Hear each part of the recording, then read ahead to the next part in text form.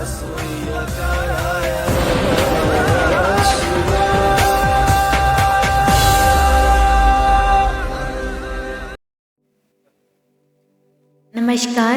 जय श्री राम, जय श्री कृष्णा।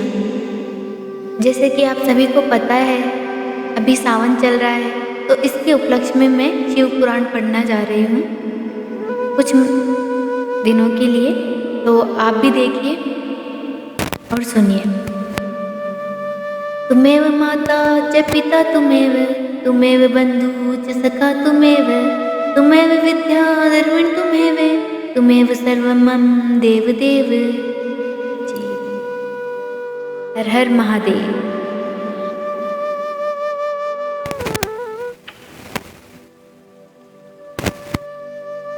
शिव पुराण महात्म्य।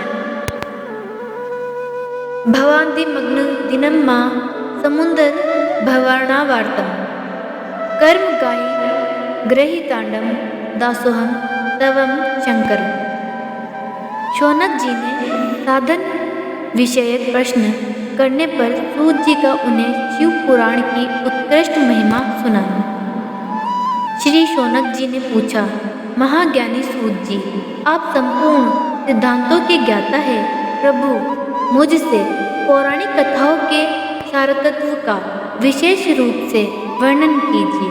ज्ञान और वैराग्य सहित भक्ति से प्राप्त होने वाले विवेक की वृद्धि कैसे होती है तथा साधु पुरुष किस प्रकार अपने काम क्रोध आदि मानसिक विकार को निवारण करते हैं। इस घोर कली काल में जीव प्राय आसुर स्वभाव के हो गए हैं। उस जीव समुदाय को शुद्ध बनाने के लिए सर्वश्रेष्ठ उपाय क्या है? आप इस समय मुझे ऐसा कोई शाश्वत साधन बताइए जो कल्याणकारी वस्तुओं में सबसे उत्कृष्ट एवं परम मंगलकारी हो तथा पवित्र करने वाला उपाय हो। वह साधन ऐसा हो जिसके अनुष्ठान से शीघ्र ही अंतःकरण की विशेष शुद्धि हो जाए तथा उससे निर्मल चित्त वाले पुरुष को सदा के लिए शिव की प्राप्ति हो जाए। श्री सूत जी ने कहा, मुनि श्रेष्ठ शौनक। सूत जी ने कहा, मुनि श्रेष्ठ शौनक, तुम धन्य हो क्योंकि तुम्हारे हृदय में पुराण कथा सुनने का विशेष प्रेम एवं लालसा है। इसीलिए मैं शुद्ध बुद्धि से विचार करके तुमसे परम उत्तम शास्त्र का वर्णन करता हूँ। वत्स, वह संपूर्ण शास्त्रों के सिद्धांत से संपन्न भक्ति आदि को बढ़ाने वाला तथा भगवान शिव को संतुष्ट करने वाला है। कानों के लिए रसायन अमृत स्वरूप तथा दिव्य है। तुम उसे श्रवण करो मुने। वह परम उत्तम शास्त्र है शिव पुराण, जिसका पूर्व काल में भगवान शिव ने ही प्रवचन किया था। यह काल रूपी सर्प से प्राप्त होने वाले महान त्रास का विनाश करने वाला उत्तम साधन है। गुरुदेव व्यास ने संत कुमार मुनि का उपदेश पाकर बड़े आदर से संक्षेप में ही उसका पुराण का प्रतिपादन किया।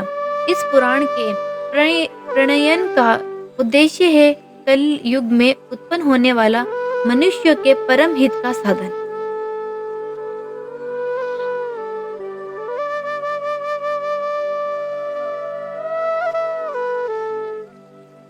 यह शिव पुराण परम उत्तम शास्त्र है।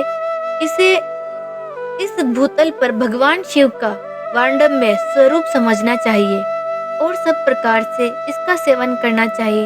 इसका पठन और श्रवण सर्व साधन रूप है। इससे शिव भक्ति पाकर श्रेष्ठतम स्थिति पहुंचा हुआ मनुष्य शीघ्र ही शिव पद को प्राप्त कर लेता है। इसीलिए संपूर्ण यत्न करके मनुष्यों ने इस पुराण को पढ़ने की इच्छा की है अथवा इसके अध्ययन को अभिष्ट साधन माना है। इसी तरह इसका प्रेम पूर्वक श्रवण भी संपूर्ण मनोवांछित फलों का देने वाला है। भगवान शिव के इस पुराण को सुनने से मनुष्य सब पापों से मुक्त हो जाता है तथा इस जीवन में बड़े बड़े उत्कृष्ट भोग का उपभोग करके अंत में शिवलोक को प्राप्त कर लेता है। यह शिव पुराण नामक ग्रंथ 24,000 श्लोकों युक्त इसकी 7 संहिताएं मनुष्य को चाहिए कि वह भक्ति ज्ञान और वैराग्य से संपन्न हो, बड़े आदर से इसका श्रवण करें। सात संहिताओं से युक्त यह दिव्य पुराण परम ब्रह्म परमात्मा के समान विराजमान है और सबसे उत्कृष्ट गति प्रदान करने वाला है। जो निरंतर अनुसाधन पूर्वक इस शिव पुराण को बाँचता है अतः नित्य प्रेम पूर्वक इसका पाठ मंत्र करता है, पुण्यात्मा इसे संशय नहीं।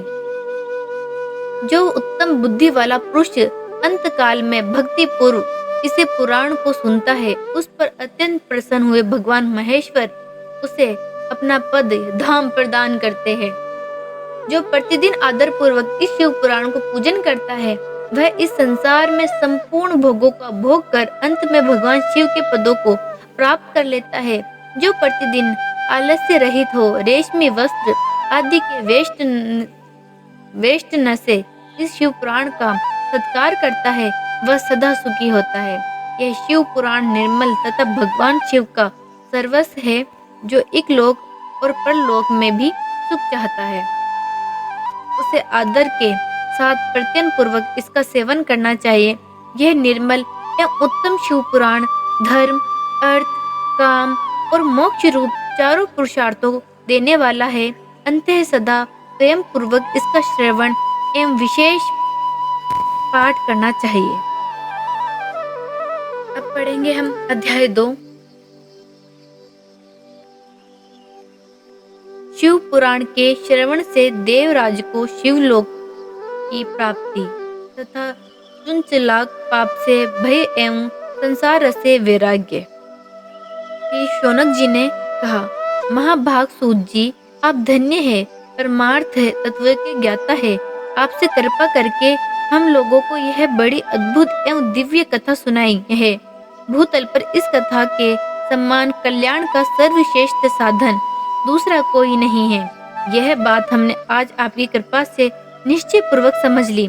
सूत जी, कलयुग में इस कथा के दौर कौन कौन से पापी शुद्ध होते हैं, उन्हें कृपा पूर्वक बताइए।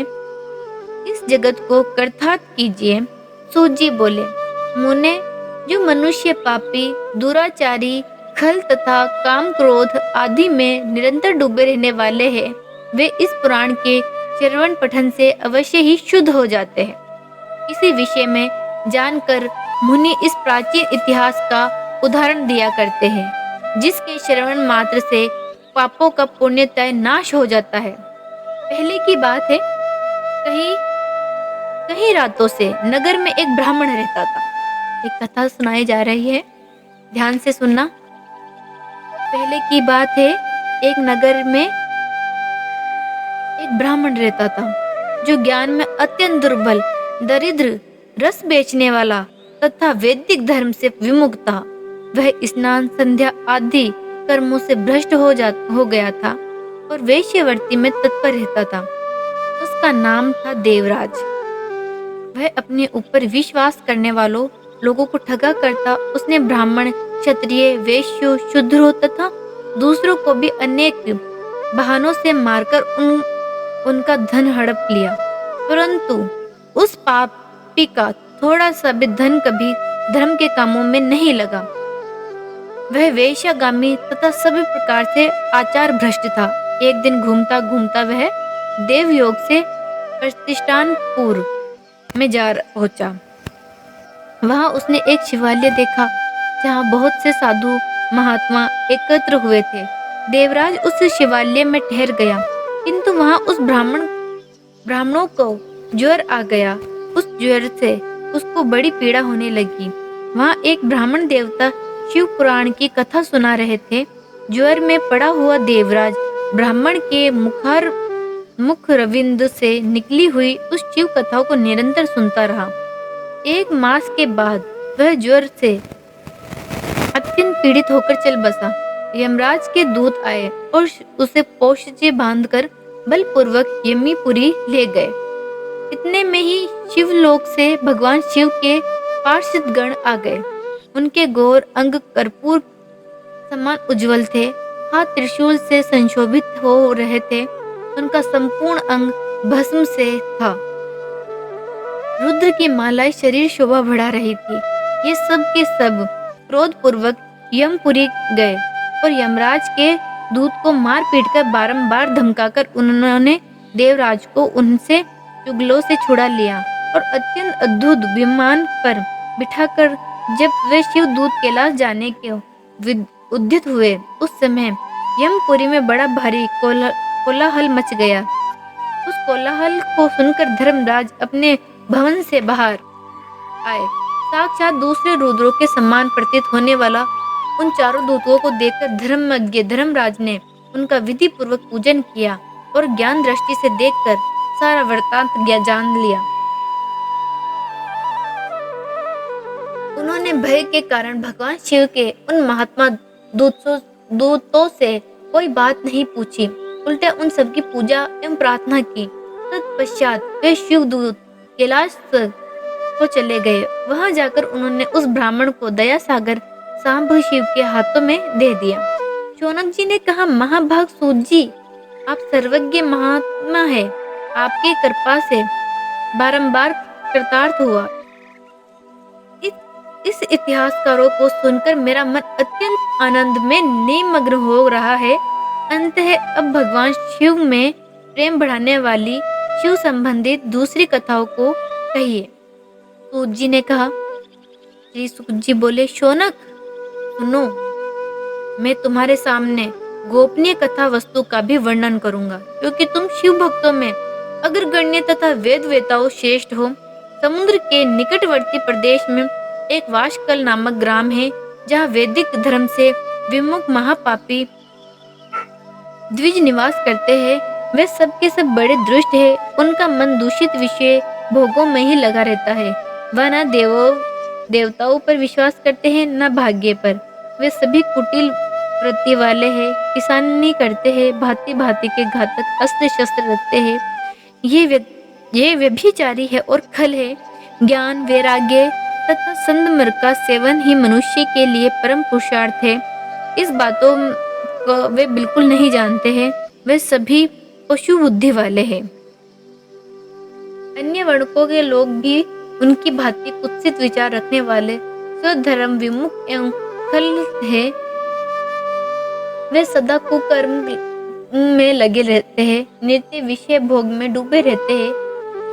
वहाँ की सब स्त्रियां भी कुटिल स्वभाव की स्वेच्छाचारणी, पापसक, कुत्सित विचार वाली व्यभिचारिणी है।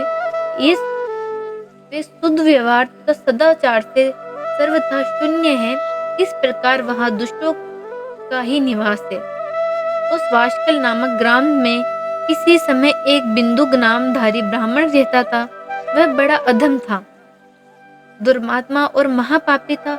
यद्यपि उसकी स्त्री बड़ी सुंदर थी, वो तो भी वह कुमार्ग पर ही चलता।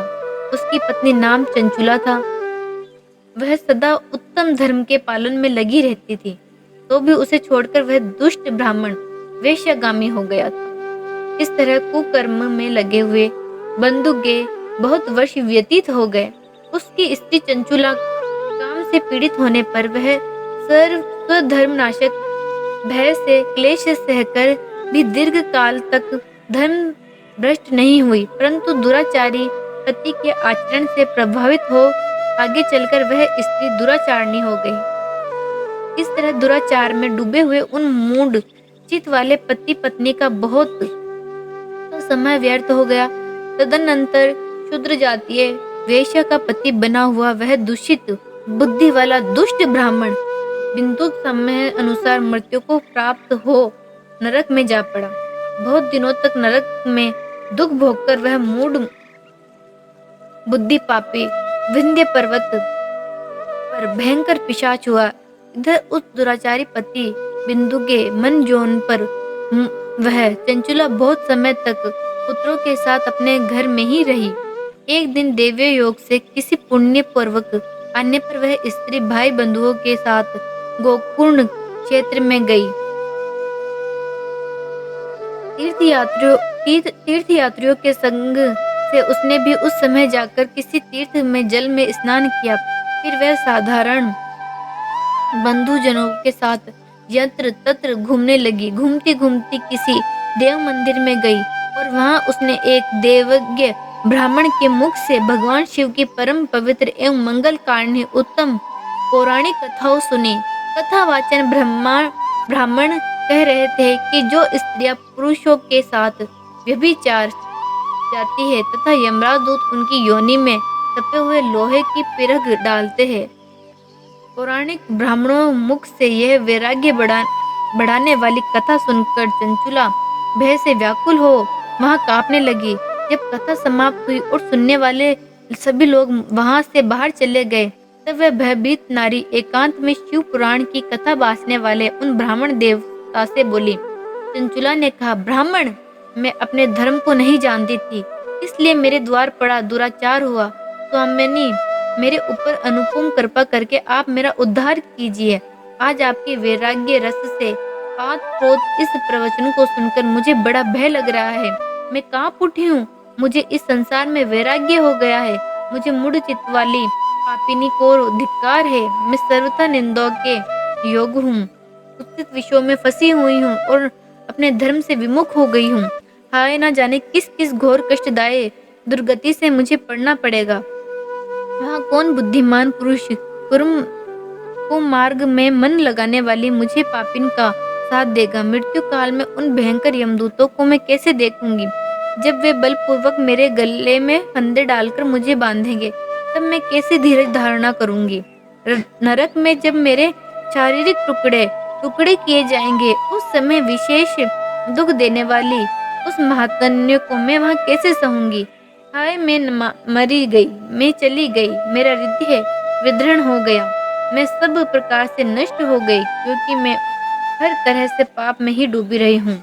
ब्राह्मण, ही मेरे गुरु, आप ही माता हो, आप ही पिता हो, आपकी शरण आई हूँ। मुझे दीन अबला का आप उद्धार कीजिए।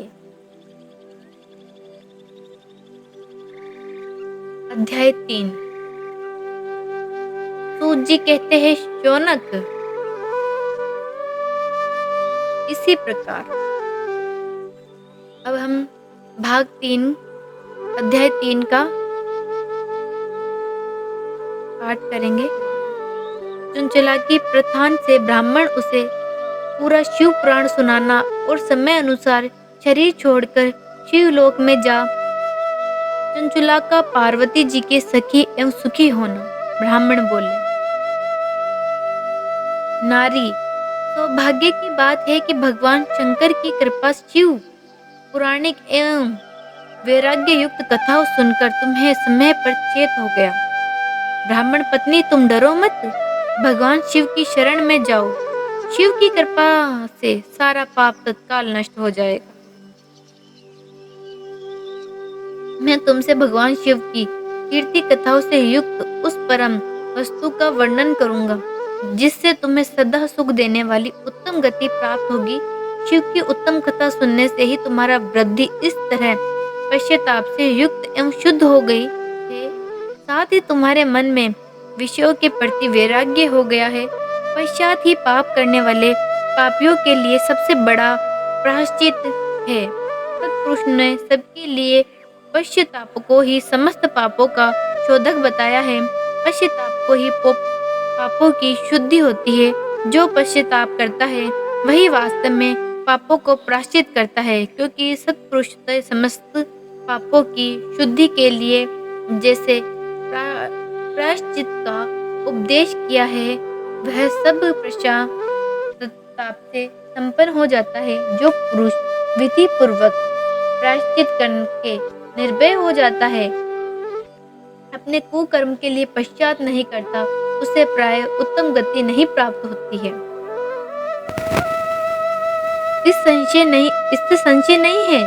इससे शिव पुराण की कथाएं सुनने जैसी चित्त शुद्धि होती है, वैसे दूसरे उपायों से नहीं होती। जैसे दर्पण साफ करने पर निर्मल हो जाता है, उसी प्रकार शिव पुराणी कथाएं चित्त अत्यंत शुद्ध हो जाता है, इसमें संशय नहीं है।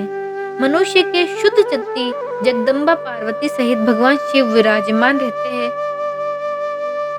इससे वह विशुद्धाता पुरुष श्री सांब साधु शिव के पदों को प्राप्त होता है। इस उत्तम कथा श्रवण समस्त मनुष्य के लिए कल्याण का बीज है। अतः यथोचित शास्त्रों मार्ग से इसकी आराधना अथवा सेवा करनी चाहिए। भगवान शिव की कथाएं सुनकर फिर अपने हृदय में उसका मनन एवं निध्यासन करना चाहिए। इससे पूर्णतः चित्त शुद्धि हो जाती है। चित्त शुद्धि होने पर महेश्वर की भक्ति अपने दोनों पुत्रों के साथ निश्चय ही प्रकट होती है। तत्पश्चात महेश्वर के अनुग्रह से दिव्य मुक्ति प्राप्त होते हैं। इससे संशय नहीं है कि जो मुक्ति से वंचित है उसे पशु समझना चाहिए, क्योंकि उसका चित्त माया के बंधन में आसक्त है। वह निश्चित ही संसार बंधन में मुक्त नहीं हो पाता। ब्राह्मण पत्नी, इसीलिए तुम विषयों से मन को हटा लो, भक्ति भाव से भगवान शंकर की इस परम पावन कथाओं सुनो। परमात्मा शंकर की इस कथाओं सुनने से तुम्हारे चित्त की शुद्धि होगी, इससे तुम्हें मोक्ष प्राप्ति होगी। यह मैं तुमसे सत्य सत्य कहता हूँ। सूत जी कहते हैं, शौनक, इतना कहकर वह श्रेष्ठ शिव भक्त ब्राह्मण चुप हो गए। उनका हृदय करुणा से आर्द्र हो गया। वह शुद्ध चित्त महात्मा भगवान शिव के ध्यान में मग्न हो गए। तदंतर बिंदुक की पत्नी चंचुला मन ही मन प्रसन्न हो उठी। ब्राह्मण का उक्त उपदेश सुनकर उसके नेत्रों में आनंद के आंसू छलक आए थे। वह ब्राह्मण पत्नी चंचुला का हर्ष भरे हृदय से उन श्रेष्ठ ब्राह्मण के दोनों चरणों में गिर पड़ी और हाथ जोड़कर बोली, मैं कृतार्थ हो गई हूँ। तत्पश्चात उठकर वैराग्य युक्त उत्तम बुद्धि वाली वह स्त्री जो अपने पापों के कारण आंतकित थी, उन महान शिव भक्त ब्राह्मण से हाथ जोड़कर गदगद वाणी में बोली। चंचुला ने कहा, ब्राह्मण शिव भक्तों में श्रेष्ठ स्वामिनी, आप धन्य परमार्थदर्शी है और सदा परोपकार में लगे रहते हैं। इसलिए श्रेष्ठ साधु पुरुषों में प्रशंसा के योग्य है। साधु मैं नरक के समुद्र गिर रही हूँ, आप मेरा उद्धार कीजिए, उद्धार कीजिए। सूत जी कहते ऐसा कहकर हाथ जोड़ उनका अनुग्रह पाकर चंचुला उस शिव पुराणी कथाओं को सुनने की इच्छा मन ही मन उन ब्राह्मण देवता के सेवा में तत्पर हो वहां रहने लगी। तदंतर शिव भक्तों में श्रेष्ठ और शुद्ध बुद्धि वाले उन ब्राह्मण देव ने उसी स्थान पर उस स्त्री को शिव पुराणिक उत्तम कथा सुनाई। इसी प्रकार गोकर्ण नामक महाक्षेत्र में उन्हीं श्रेष्ठ ब्राह्मण से उसने शिव पुराणिक वह परम उत्तम कथा सुनी, जो भक्ति, ज्ञान और वैराग्य बढ़ाने वाली तथा मुक्ति देने वाली है। उस परम उत्तम कथाओं सुनकर वह ब्राह्मण पत्नी अत्यंत कृतार्थ हो गई।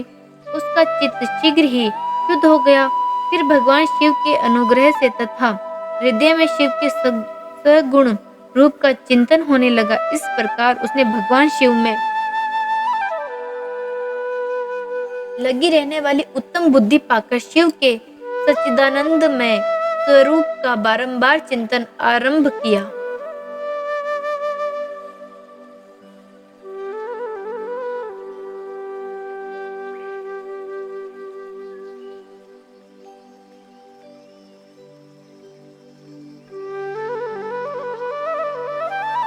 तत्पश्चात समय पूरे होने पर भक्ति, ज्ञान एवं वैराग्य युक्त हुई चंचुला अपने शरीर को बिना किसी कष्ट के त्याग दिया। इतने में ही त्रिपुर शत्रु भगवान शिव का भेजा हुआ एक दिव्य विमान द्रुत गति से वहां पहुंचा जो उनके अपने गणों से संयुक्त और भांति भांति के शोभा साधनों से संपन्न था। चंचुला उस विमान पर आरूढ़ हुई और भगवान शिव के श्रेष्ठ पार्षदों ने उसे तत्काल शिवपुरी में पहुंचा दिया।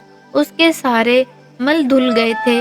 वह दिव्य रूप धारिणी दिव्य गामना हो गई थी। उसके दिव्य अव्यय उसकी शोभा बढ़ाते थे। मस्तक पर अर्धचंद्र का मुकुट धारण किए वह गौरा की देवी शोभाशाली दिव्य आभूषणों से विभूषित थी।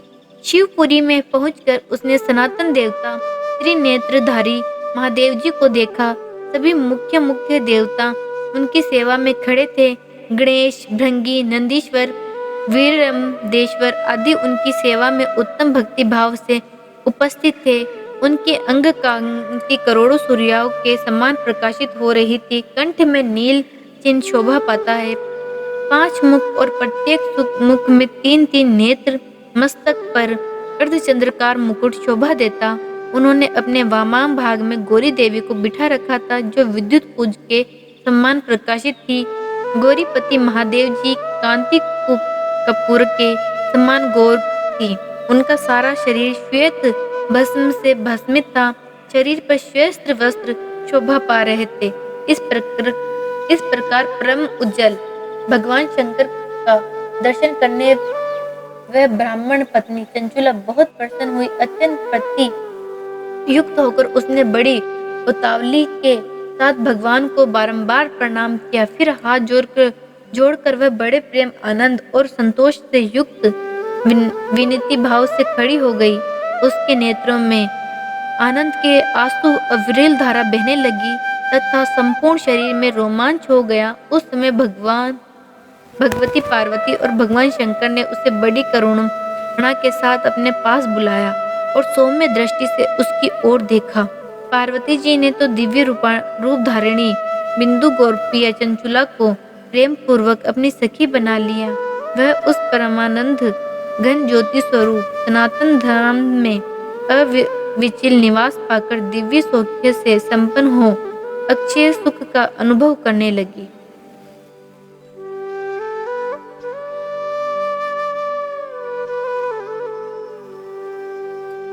कल हम चौथे अध्याय से शुरू करेंगे। हर हर महादेव।